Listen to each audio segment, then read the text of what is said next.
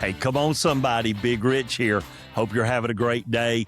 Thanks for tuning into the podcast. Share it with some friends, and just so excited about all the good things happening. Man, we are in the middle of summer. It's hot as hell out there. Not really. Hell's a whole lot hotter, but it is pretty warm. And I want you to know that we got great shows indoors. Man, comedy inside, hot shows with cool temps. And I'm going to be at Big Door Vineyards on Thursday night, June 25th. Get your tickets at bigrichbrock.com or call Big Door in White, Georgia. And yes, it is. Big Door is the place to be. Great bunch of people, beautiful views, great wines, some good food, and a lot of laughs. But you can get your tickets through them or through Big Rich. And then the following day, I head to Panama City, Florida, and I'm going to be at Dick's Last Resort on Friday, June 26th. If you're in Panama City, come out and see me. And then in Destin on Saturday, the 27th at Harbor Walk, and that's a free show. Out there, be a part of that. And it's crazy the world we live in, because my youngest son is going to Destin. And we're looking at our schedules, and him and his girlfriend's family and all of them are going, a big group. And the day I leave to go is the day they go to see my oldest son for a couple days, who's in parts unknown. And then when they show up in Destin, it's the day after I leave. And I'm going to my son's house. I'm like, we can't, who would have thought our schedules would overlap like that? That's crazy to me. But I love doing what I'm doing. I've been able to travel 11 states in 4 years doing comedy. My goal is to hit them all. I'll take Hawaii over Alaska. Come on, somebody. But I do want to do them both. I want to tour the country. In fact, at some point, one of these days, hopefully, I'll get to go overseas. When I started doing comedy and I was trying to come up with a name, and Big Rich was what we kind of decided to go with. And I remember putting it out there, and there was another guy named Big Rich that did comedy, and he was in England, and he was a brother. He was a little bit darker than me. And we met online because he messaged me and he's like, hey, I got a couple of messages for you that people thought I was you. And they asked me about doing a show, and, it's in Georgia and I'm in England. And, we laughed and we started just chatting back and forth a little bit. And, I was like, man, there was only one other Big Rich I saw, and it was you, and we were across the pond. So I figured it wouldn't be a big deal. So we made a deal that day, or a bet. Whoever got famous first had to pay to go over and do a show with the other one, and the other one would open, and then the Big Rich would headline the show. He goes, deal. And then about a year later, he messaged me. He goes, hey, I'm changing my name.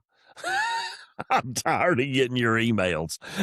And now he's Rich Richards. So, hey, follow him. He's a cool dude, especially if you're over in England. And we're still on for that, by the way. We'll see who gets there first. But last week, it was Father's Day. We were talking about Father's Day a little bit. And, everybody, if you're born, you have a father. But not everybody has a dad. My oldest son, I get tickled. His name's Luke. So people, want me constantly say, Luke, I'm your father, after Star Wars, which I've never seen. I've never seen Star Wars. And I know that just you're tuning in right now going, oh my gosh, Big Rich, we've got to get you to watch Star Wars. No, I'm good. And you're like, oh, wait, no. And I have people, man, they're like, I'm blocking off the weekend. I'm getting them all. We're going to sit down and watch them all. And I'm like, nah, man, I'm fine. And it just annoys them. Well, Big Rich, why don't you watch them? Because I've made it this long, and I think I have more fun annoying people that love Star Wars more than I would actually like watching Star Wars. So, and people said, well, what did you watch? Star Wars came out in 1977. I was 9 years old. I remember when it came out. We weren't sci-fi people in the Brock house. We were Smokey and the Bandit people. They came out the same year. 2 months later, Smokey and the Bandit came out. We went to see that, Eastbound and Down. Give me a Dr. Pepper and a Diablo sandwich. We know that stuff. But I get tickled because when I think about, things from my childhood, most of my memories from my being a kid, my parents are there and my extended family. I'm an only child, so I didn't have brothers and sisters. I didn't miss it. I do now as an adult. I would love to have siblings because I see having 3 sons, I see their bond and I see how close they are. And when they've went through difficult things like the divorce of their parents, they were there for each other. My oldest son became what his brothers needed him to be. That couldn't make me any prouder, as a father. And today's episode, I'll talk a little bit more about. Last week, I talked about my dad. I want to talk about being a dad. And, being a dad, when my first one was born, I was married 5 years before we had our first child. We were planners and everything. It was like God ordained all this stuff and it just kind of came to pass. I was 30 years old when I had my first son. And then we wanted to wait 5 years and we had our second. And then we waited 4 and we had our third. And everybody, wants a boy and a girl or 2 boys and a girl or 2, whatever. But once we hit that third one, we knew we were done. And as a parent, there's a big difference between supporting 1 child and supporting 3 financially. 2 wasn't as big a deal, but when we hit the third one, I realized, life's different. You go out to eat, you don't order 3 Coca-Colas or 5 Coca-Colas, when you go out to wherever, Applebee's, give them a plug, Olive Garden, wherever it is, the Red Lobster, any of those. Because why? They're $4 a pop. 5 of you drinking Coca-Cola? Leave it to my middle son. He tried to order a Sprite one day, and my God, I looked at him like laser beams coming through, boy. I was like, what the hell are you doing ordering a Sprite? In my mind. But I'm like, no, man, we do water. We'll drink all that at home. But the way I convinced them, I said, y'all boys like Disney World? Oh, yeah, that'd be fun. I tell you what, if y'all drink water every time we go out and eat for a year, I'll take you to Disney World. Well, Big Rich, that's insane. No, when you pastor a church, you go out all the time, man. You're going out to dinner after church, before church, meeting with families, meetings. So we got 5, you take 5 people at $4 a pop, $20, and you eat out 5 times, that's 100 a week. I'm like, that's a pretty good head start on getting to Disney World, So they they bought in. And that's what we did. And we would plan vacations. And now they're all grown. They're grown men and they still drink water when they go out. And it's better for you. So now we like our Coke. Now, Pepsi, that's cough medicine. Come on, somebody. I don't want to get a controversy started, but I'll drink Pepsi if there's nothing else. But Coke Zero is my hero. I love that stuff. I don't drink it often anymore, but I do like it. And I got a relative, they drink Mela Yella. They ain't got no teeth left. Come on, somebody. My God. They put a straw in between 2 they got left. You can't drink that stuff all day. Mountain Dew, yeah, don't even get me started. Code Red, y'all remember Code Red? Dear God. Man, that stuff clean your toilets. Code Red. It was crazy. And we're sitting there drinking it. I'm like, my Lord. The joys of getting older. Now all my water has got the hydration pack in it, or it's got the sugar-free this or that. And I'm like, and I'm sure that does something to you too. But hey, something's got to kill you. So enjoy life is the way I look at it. But, I think about things that with my boys, I've got a photo. It's my favorite photo that has ever been taken, and it wasn't planned. We're at the Chickamauga battlefield one day, Chickamauga National Park. just out there on a picnic and, playing catch and just goofing around. Beautiful fall day. And my ex-wife is uh, in college, did photography and worked at one of those joints where you learn how to do all that. So she's a photography buff and good at it. Um, she would take pictures all the time. And she snapped a picture where it's me and the boys. And I guess our youngest is maybe 2. So they're probably 2, 6, and do the math here, 11, 10 or 11. And they're just all got their arm, we're all huddled up and one's got their arms around my neck and the other 2 are right there. And that picture is my favorite picture of all time. And then my second favorite picture is my oldest son's wedding, and it's me and my daughter-in-law and the 2 boys there at the wedding. And I keep those pictures in my house in front of me where I can see them.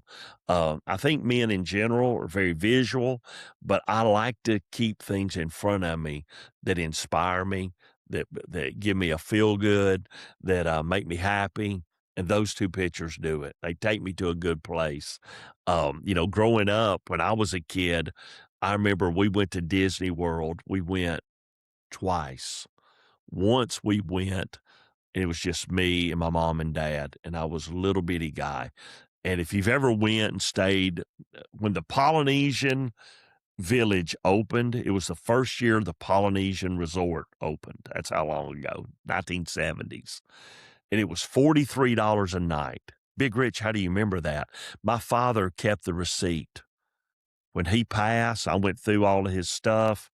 He had a box full of all this stuff, and he had a box that had that receipt in it, and it said a note on it, and it said, Sue, which was my mother's name, can you believe we paid this much for a room? $43. Now, today, that room would be $1,000, I'm sure. But back then, that was a big deal. I mean, that was the electric bill for the month, kind of vibe, or maybe more. I don't know. But then we went another time, and the whole Brock family went for Thanksgiving. And I never got just to cut school. That wasn't allowed in my family. You had to have a medical note or a reason. But I got to check out early on the Wednesday before Thanksgiving. Yes, we went to school back then on the Wednesday before Thanksgiving. I got to check out early. They made us go to get credit, and then we left the school to go to Disney World. And man, I thought I was somebody to get to do that. And we drove down there, and I was maybe 6th grade, 5th grade, 6th grade, something like that. And I taught my parents into letting me hang with my older cousin because he was 16 and I was 10, no, 11. He was 17, I was 11. And they said, I tell you what, we'll let you, but you got to report back at 2:00 and meet us for lunch, and then we'll decide if you can again and stay together. Okay.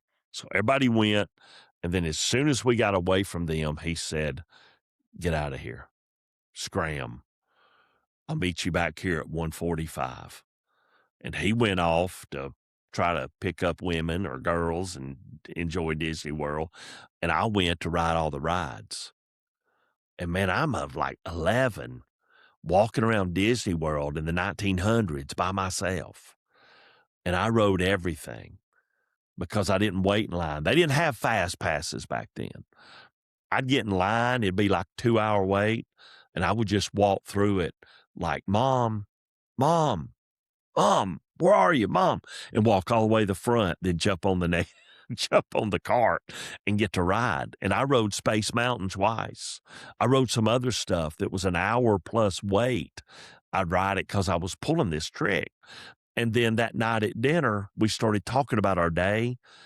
And I'm talking about all the stuff I did. And my family's looking at me like, how'd you pull that off? And I got busted because I had to fess up that I was by myself. And man, my cousin got chewed out big. He didn't want to hang around me after that for a little while, but he got chewed out big time. So that was our 2 trips. to Disney World. But, I wanted to make sure I took my kids. We went one time as a family because it was something I wanted them to experience because I got to. Best vacation I ever took was, or one of them was a road trip me and my boys did. Talking about Father's Day stuff. My youngest son wasn't old enough yet. He was still a baby, but I took my oldest and my middle, and they were like 12 and 7. And we did a guy's vacation. And our goal was to go to the Pro Football Hall of Fame in Canton, Ohio was our destination. And we stopped along the way and all this stuff. We went to the Tennessee Titans spring camp in Nashville. We went to Louisville, to the Louisville Slugger Museum and how they make the bats. We went to Ohio State University and checked out a football practice. We went by Rupp Arena in Kentucky and Lexington, checked that out. We went to a Reds game, or we were supposed to. We ended up not getting to go, and it was Ken Griffey Jr.'s last game. I'm like, oh my gosh, we should have went. We crammed in 4 or 5 days all kinds of sports, activities, and just hanging out and get to spend time with them. And it was they were young, but it was a fun trip.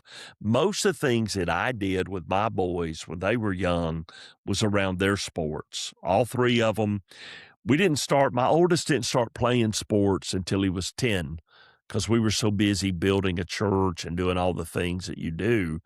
And I wanted to make sure he wanted to play because I started when I was like 5 and I loved it, but I got burned out. Time I got in high school when I should have been playing, I was done. I didn't want any part of it. I wanted to go out and chase girls and find somebody to sell me some alcohol and just hang out.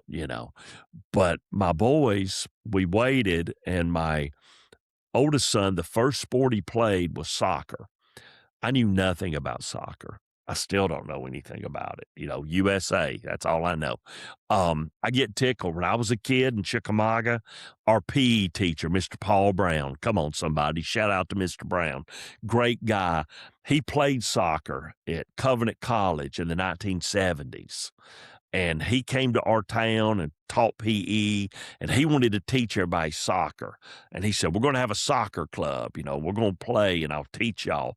You'd have thought he was teaching communism down there, man. People were all bent out of shape, and nobody knew soccer then.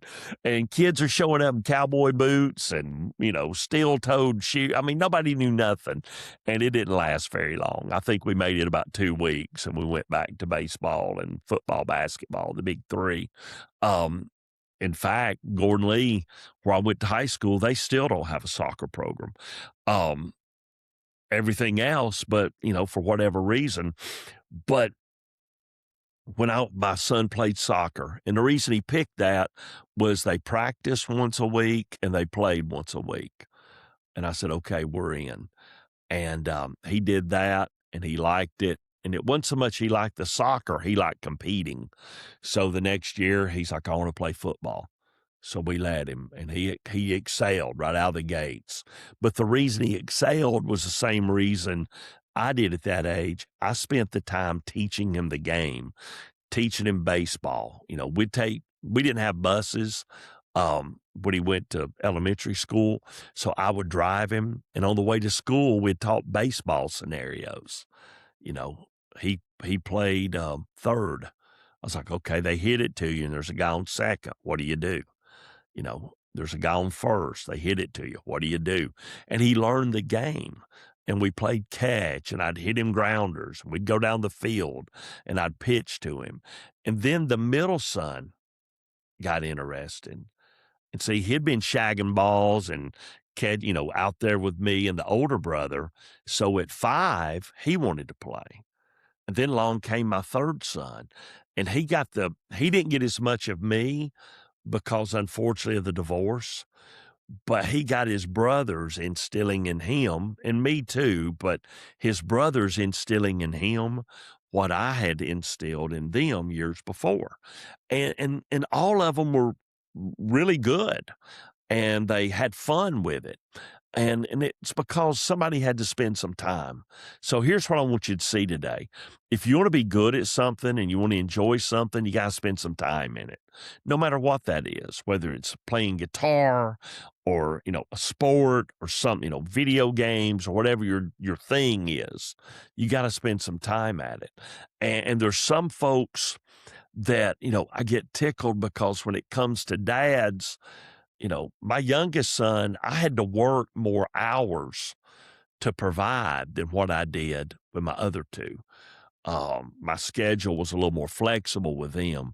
So I still regret that. And I feel like, you know, he missed something. Well, honestly, I missed something because he got that from his two brothers, but it had been instilled in him. So if you're a dad out there and you're working two jobs or you're in a divorce situation, I had joint custody. My boys were with me 60% of the time. And when they weren't, that's when I had the me time or I missed them and wish them were there. Any chance I got, even if it wasn't my quote time, um, and they wanted to be there or somebody needed to watch them, I always stepped up because I wanted that time. Because I got news for you. As you get older, you realize that time flies, doesn't it? Man, if you're from the 1900s like me, time flies. Here I am pursuing comedy. I started pursuing comedy at 54. I mean, people thought I was nuts to try it, but I knew that's what I was supposed to be doing and should have been doing it a long time ago. But lo and behold, I'm doing it now and living my best life, going after it and pursuing it. So when you think about and the work ethic my father, if you watch last episode, the work ethic my father had instilled in him, he instilled in me. And that's why I book 100 plus shows a year. That's why I produce most of my own shows. That's why I get after it. There's people sitting around at open mics going, well, man, you get all the breaks. No, I create them. Sometimes you got to create the things you want. You can't just sit around and wait on somebody to discover you. Go out there and do it. And listen, not everybody's going to be, listen, I'm not doing comedy in front of 10,000 people. I'm doing comedy in front of 30, 40, 20, 100. The other week I got to do a show and it wasn't my show. I featured for an awesome young lady, Jordan Stanley down in Dothan, Alabama. That girl sold 500 plus tickets on her own to people that love her, that care for her, that support her. And I got the privilege of tagging along and being a part of it. And it was an amazing show. But when I started, I had a show like that at the Ringo Depot. And I had 185 people come out to it. And they were people from Chickamauga, Georgia, Cartersville, Georgia, Ringo, Georgia, the places I'd lived, the places I'd pastored, the people I grew up with. There were people at that show I hadn't seen in 40 years that came out because they wanted to support what I was doing. I teased Jordan. I said, the only difference between my night and her night was she's got more friends than I do because she had 500 plus there.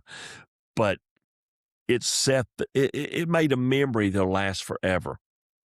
So I got to do that the other week with her, but it's a grind. The night before, listen, that night we had almost 600 people counting the staff in that show, and it held 600.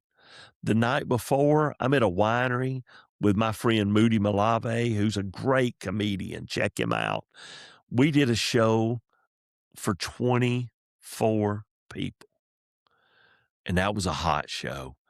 Man, those 24 people left there, they couldn't believe there was only 24 people there.